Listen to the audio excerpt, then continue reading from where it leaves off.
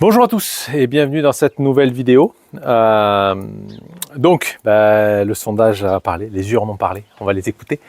Donc je vais vous présenter aujourd'hui le système photovoltaïque. Alors pas que les panneaux solaires, le système de tiroirs, mais aussi un petit peu nos onduleurs et voilà comment ça va fonctionner. Donc on a 4 tiroirs de 5 panneaux qui font chacun 400 et quelques watts. On va aller voir l'étiquette tout à l'heure, tout de suite même.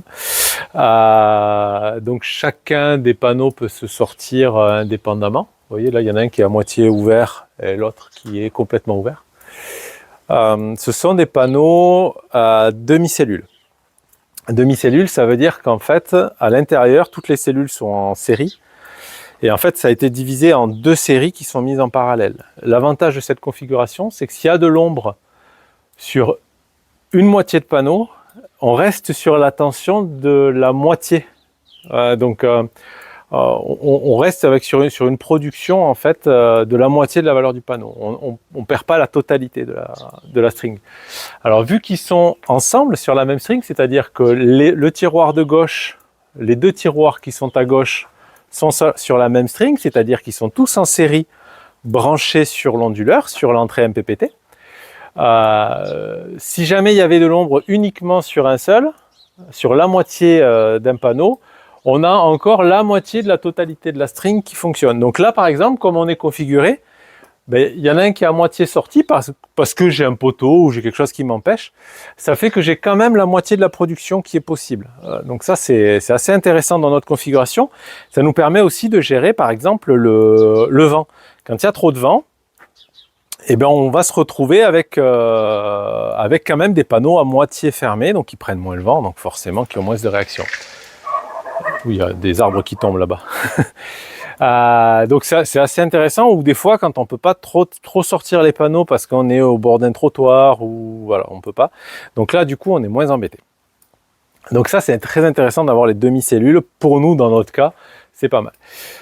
J'ai passé des longues heures de recherche pour trouver la meilleure solution pour optimiser la surface du toit. Ces panneaux font 2,40 m de long.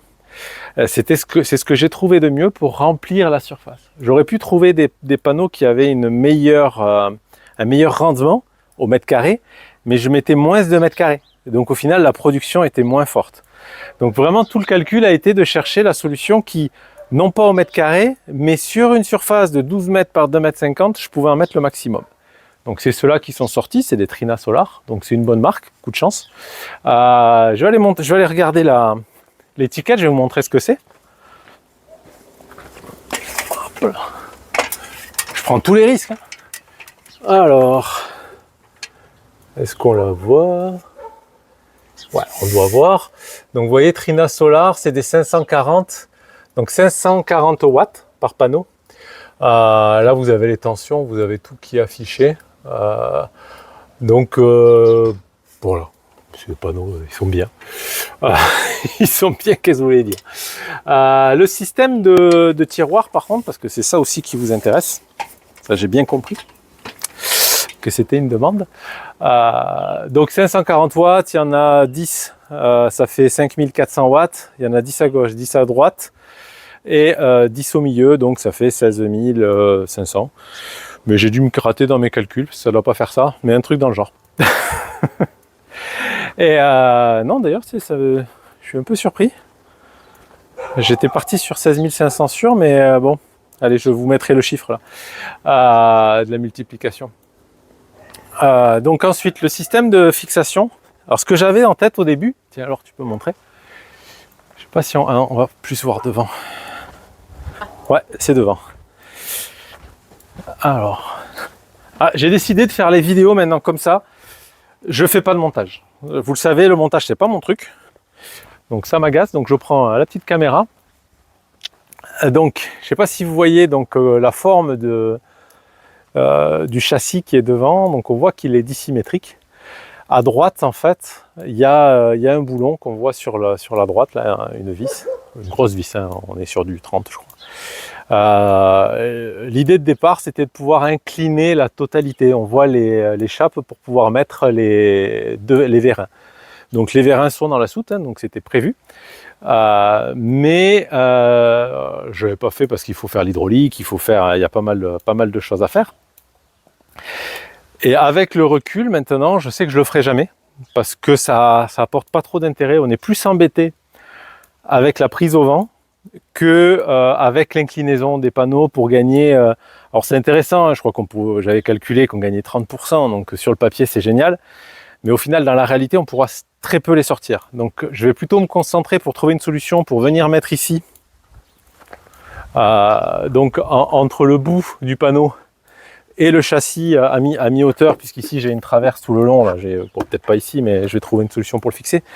Mais faire une solution pour mettre une jambe, de façon à ce que je sois moins inquiet quand il y a du vent. Voilà, je pense qu'il vaut mieux se concentrer là-dessus que sur l'inclinaison, on n'inclinera quasiment jamais. À cause du vent, à cause du fil électrique, à cause de l'endroit où on est. Et ça nous empêcherait de faire plein de choses, alors que, plein de choses, je parle de visiter, c'est-à-dire on ne va pas laisser le bus avec les panneaux vers le haut et partir. Je ne le ferai jamais. Donc ça n'a aucun sens. Donc c'est pas une bonne idée. Le système de... alors je sais pas si on va voir, je sais pas si tu peux zoomer un peu sur la glissière. Hop. Moi j'essaie avec le mien mais on verra pas grand chose. Je vais aller mettre l'échelle, ce sera le plus simple. Donc le système de glissière que j'ai fait, ce sont en fait deux rails pour portail coulissant de garage. Vous savez, avec des roulettes là. Je vais vous montrer ça, je vais monter voir. Hop. Après, si Lisa elle veut bien, elle va nous montrer comment ça marche. On toque pour qu'elle sorte. Alors, donc, vous voyez, c'est des rails comme ça. Je sais pas si on voit bien. Voilà, donc là, il y a un rail donc, qui est à l'envers, avec... Oh, attendez. Allez. Et on va voir ici. Vous voyez, ça, c'est des systèmes de roulettes standards hein, de portail. Donc ici, j'en ai mis deux. Il y en a deux. Alors, je sais pas si on va voir quelque chose comme ça. Voilà, j'en ai mis deux parce que c'est au bout et que c'est voilà, j'ai pas envie que ça casse trop. Il y en a une autre au milieu ici, celle-là. Hop. Attendez, excusez-moi. Voilà, donc celle qui est derrière à l'intérieur, si elle vient à casser, alors soit c'est on est avec les panneaux sont sortis, donc la force va être vers le haut, et donc vous voyez que mécaniquement ça va venir en buter. Il y a peu de risques. Soit les panneaux sont rentrés et à ce moment-là, ça va venir tomber sur le rail du dessous ou sur le plancher. Donc le risque est assez limité. Alors que pour ces roulettes-là, si elles viennent à casser quand le panneau est complètement sorti, et bien en fait on a les panneaux qui vont venir s'éclater contre les vitres. Alors donc là il y a celui du dessus et ensuite on a un rail, la même chose, qui est faite dessous. Hop, je sais pas si vous voyez, c'est exactement la même chose dessous. Donc là, pareil, vu qu'on est sur celui du bout, j'en mets deux, histoire d'être sûr que ça casse pas. Et donc, ça fait que la totalité est pendue. Donc le rail du milieu, hop, cette barre-ci au milieu, est donc pendue par le rail du dessus, et les panneaux solaires sont pendus par le rail du dessous. Et pour joindre les deux, j'ai soudé donc un plat de 5 par 70 pour venir rigidifier l'ensemble. Alors c'est du galva, donc j'ai soudé un peu le galva, j'ai un peu galéré parce que je suis pas soudeur, mais au final c'est pas mal. Et ensuite donc au bout j'ai rajouté donc une butée avec juste une simple cornière et deux vis parce qu'il y a très peu d'effort, si ce n'est quand je fais le bourrin et que je les tire un petit peu trop fort. Lisa elle va nous le rentrer. Attends, hop, on va essayer de faire le plan en direct. Je sais pas si vous allez bien voir. Vas-y, rentre-le. Voilà. Donc, il y a le rail du dessous et le rail du dessus qui glissent. On voit bien qu'ils sont dissociés. Il y a des roulettes en haut et en bas. Et voilà. Et donc elle a rentré les panneaux. Voilà. Hop, une petite vue de dessus. Et voilà, tu peux le refaire dessous, de le tirer, le sortir? Tu vas y arriver? Alors d'habitude, elle le fait pas ça. C'est juste pour la vidéo, vous voyez. Alors par contre, on avait peint le galva, ce qui est vraiment pas du tout une bonne idée. Et donc du coup, la peinture se barre.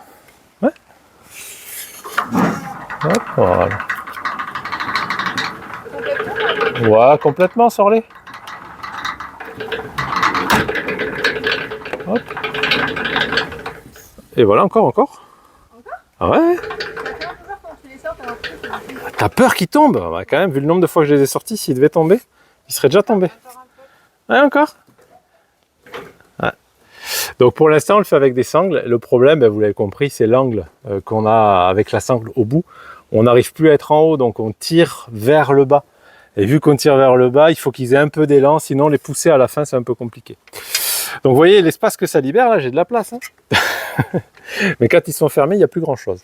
Qu'est-ce qu'on voit d'autre ici? Ben voilà, vous avez ici la chape donc pour les vérins qui était prévue, ce que je vous montrais tout à l'heure, mais qui ne sera jamais utilisée, je pense. Et je vois pas bien l'intérêt. Voilà, qu'est-ce qu'il y avait d'autre à dire sur les panneaux solaires? Je crois que pour les panneaux, on est plutôt pas mal. Donc chacun sur des strings indépendantes et elles arrivent donc sur les onduleurs. Alors les onduleurs, j'en ai pas encore trop parlé. Si vous avez regardé les vidéos, au tout début, j'en avais un peu parlé. Alors pas en négatif, mais un peu dubitatif sur ces onduleurs par rapport à la communication, au protocole de communication. Alors entre-temps, j'ai fait pas mal de recherches, pas mal travaillé avec cette marque, donc c'est des Sofar Solar. Il se trouve que Marc, donc chez Evishop, en commercialise aussi. C'est pas chez lui que je l'avais acheté, on s'était pas concerté pour trouver ce produit-là. Mais il a un très bon rapport qualité-prix et des bonnes performances affichées et annoncées. Donc on a tous les deux eu la même idée de tester ça avec des batteries de véhicules. C'est bien là toute sa spécificité. Donc là, les protocoles de communication sont assez opaques, étaient assez opaques, parce que je dois bien avouer qu'ils ont fait quelques progrès, et la communication de l'entreprise est très peu technique. Voilà, c'est un peu la finalité, mais le produit en lui-même, techniquement, est performant. Vous voyez, donc c'est un peu, je suis un peu mitigé sur le produit en lui-même. Franchement, on lui fait faire plein de choses un peu bizarres et ça se passe bien. Mais c'est dommage qu'on n'ait pas depuis le début une bonne communication, qu'on n'ait pas tous les éléments. Bon, c'est pas grave. Donc il y en a deux onduleurs de 15 000 watts, donc qui sont montés en parallèle. Ce qui n'est pas le cas, là je les ai débranchés parce que j'en avais pas besoin et je fais plein d'essais, en fait, plein de tests. Mais on les branche en parallèle très souvent, donc ils sont à 30 kW au total. Ce qui fait qu'on peut tirer dans le bus 30 kW de puissance. C'est juste énorme. On n'en a pas forcément besoin, bien que 15 000, des fois on arrive à saturation, puisqu'on a notre chauffe-eau qui fait 12 000 watts. Il suffit qu'on ait le chauffe-eau, la machine à laver et le lave-vaisselle. Et on finit la douche à l'eau froide. Donc si c'est moi, c'est à l'eau froide. Si c'est Laure, je viens le réarmer. Mais globalement. Alors pourquoi je suis parti sur ces onduleurs-là à l'époque, donc c'était il y a maintenant 3 ans, je crois, presque, un truc dans le genre. C'était les seuls à offrir une connexion sur une batterie haute tension. La problématique en fait de toute cette installation, c'est de réussir à avoir des panneaux solaires pour charger un véhicule électrique. Les panneaux solaires, tous les onduleurs qu'on a, tous les chargeurs qui vont exister vont être faits pour des petites tensions. 96 volts, c'est le maximum que je trouvais. Là, on est sur du 400 volts max. Mais bon, c'est la tension qu'il va falloir qu'il soit capable de supporter. Et donc, la solution, c'était de dire, ok, je passe en 220 volts ou en 380. Enfin, je passe en alternatif. Donc, courant continu des panneaux, je passe en alternatif pour utiliser un chargeur qui va passer d'alternatif à courant continu pour charger les batteries. Enfin, à chaque fois, on perd 10%, donc il n'y a pas d'intérêt en termes de rendement. Donc du coup, il n'y a pas d'intérêt et c'était un peu dommage. J'allais m'y résoudre et puis j'ai trouvé ces modèles qui sont capables d'avoir une batterie qui va de 200, je crois, le minimum de tension, je crois que c'est 250 volts et ça monte à 800 volts. Donc ce qui fait qu'on est dans la plage de tension des voitures, des batteries de véhicules. Et donc je peux directement du chargeur MPPT passer aux batteries. Et ça, c'est un vrai plus. Et dans l'autre sens aussi, c'est-à-dire que mes 30 kW, si je devais aller les chercher dans des batteries en 24 ou en 48 volts, comme la plupart des vannes, 24 volts d'ailleurs, 48, j'ai pas vu beaucoup d'installs, ça devient, c'est des grosses intensités, ça n'a pas de sens, quoi. Donc là, on est sur quelque chose, sur 400 volts, c'est assez simple. Que dire d'autre sur ces onduleurs? Donc le chargeur MPPT, régulation, ils sont en triphasé. Ils ont un déséquilibrage de phase possible, c'est-à-dire que j'ai 15 kW, si je veux les mettre la totalité, presque la totalité sur une seule phase, c'est possible en monophasé. Donc c'est assez intéressant, puisque du coup, on a la clim qui est en monophasé, on n'a pas besoin d'équilibrer. C'est vraiment cool. Donc ensuite, alors ça c'est dans les joies du nouveau firmware. Quand j'ai fait la mise à jour, j'ai fait l'erreur de faire la mise à jour. Je pensais que ça allait améliorer la communication. Pas du tout. Mais par contre, ils ont rajouté l'obligation d'utiliser leur smart meter. Je suis pas très content. Donc il a fallu que je rajoute ça, c'est ce qu'il y a dans ce boîtier. Je vous montre quand même, je vous montre un petit peu les entrailles. Ce sont juste des smart meters, c'est-à-dire qu'ils vont calculer la consommation, les puissances instantanées que je vais tirer sur le réseau. Et ils ont maintenant besoin de ça pour marcher. Je leur donne. Hop, alors dans les problèmes connus de ces onduleurs, qui font partie des gros points noirs pour moi, alors je les contourne parce qu'en électronique et en informatique, j'arrive à trouver des chemins un petit peu détournés, mais globalement, ils ne peuvent pas être branchés en parallèle sur la même batterie. Ça marche très bien là, uniquement si je ne suis pas connecté au réseau. Dès que je suis connecté au réseau, ils tombent. Ils ont besoin d'avoir chacun une batterie, ce qui n'est pas du tout possible dans mon cas. Donc c'est pour ça que je les enlève de la parallélisation pour pouvoir utiliser un déchargeur de 15 kW pour pouvoir charger depuis le réseau. Donc du coup, je suis limité à 15 kW. C'est pourquoi j'ai rajouté un chargeur Tesla de 11 kW en plus qui va venir compléter l'ensemble. Et là, je pourrais aller jusqu'à 25 kW en triphasé, ce qui est bien plus que la limite de 22 kg des bornes triphasées en type 2. Voilà, je pense que là, j'ai fait pas mal le tour de la question du solaire. Est-ce qu'il y a une autre question? Non, je demande alors, mais je sens bien que... Souvent, les gens posent la question si quand on roule, par contre, la trame du milieu charge. Ah, c'est vrai ça. Excellente question. Qui revient très souvent. Est-ce qu'on charge pendant qu'on roule? Oui, vu que justement on les a branchés sur 3 strings MPPT différentes, si elles n'ont pas besoin l'une de l'autre pour fonctionner. C'est-à-dire si je ferme tous les panneaux, j'ai toujours celle du milieu qui est exposée et qui peut charger parce qu'elle n'a absolument rien à voir avec les autres. Je peux ouvrir qu'à droite, qu'à gauche ou les deux. C'est aucun problème pour ça. Juste la difficulté, c'est d'ouvrir que à gauche à cause des systèmes de sangles. Pour l'instant, vu qu'on est avec des sangles, la trame du bas m'empêche de tirer celui du haut.